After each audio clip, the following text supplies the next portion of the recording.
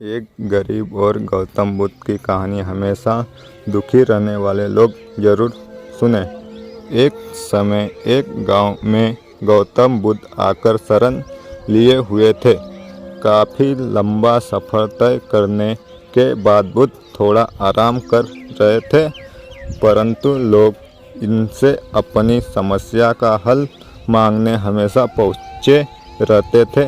ऐसे में जहाँ भी वह रुकते वहाँ लोग लंबी कतार में जमा हो जाते और उनको अपना समस्या बताते और बुद्ध उसका समाधान करते।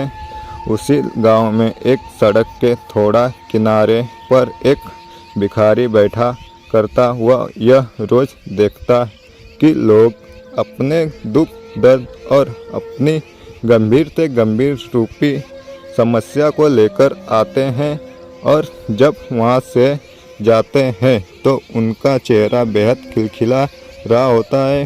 वे मुस्कुरा रहे होते हैं और नए जोश के साथ भरे दिखते हैं।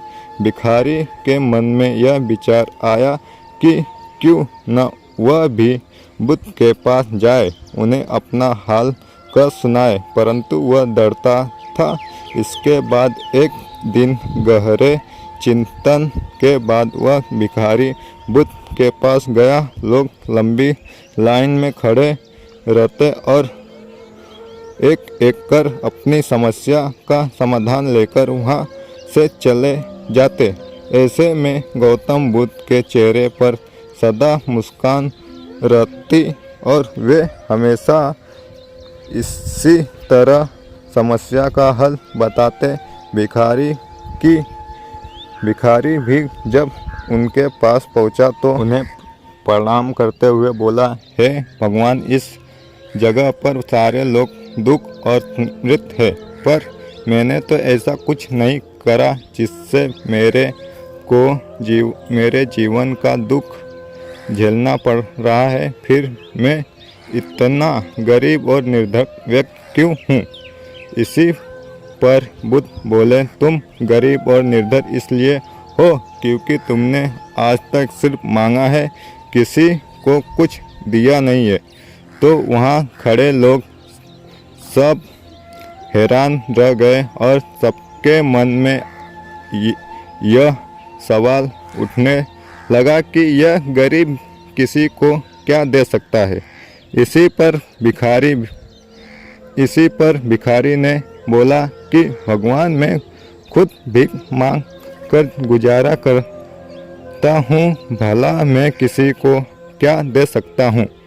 भगवान बुद्ध थोड़ी देर चुप रहे, फिर चुप्पी तोड़कर बोले कि तुम्हारे पास बहुत कुछ है देने को।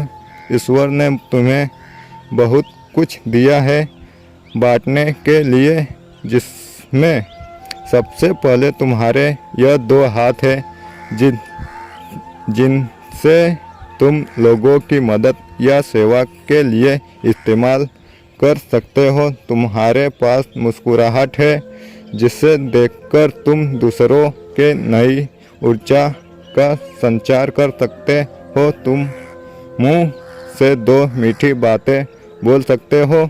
ईश्वर ने जिसको यह तीन चीज़ दी है उसको कभी कोई निर्धन और दुखी नहीं कर सकता है।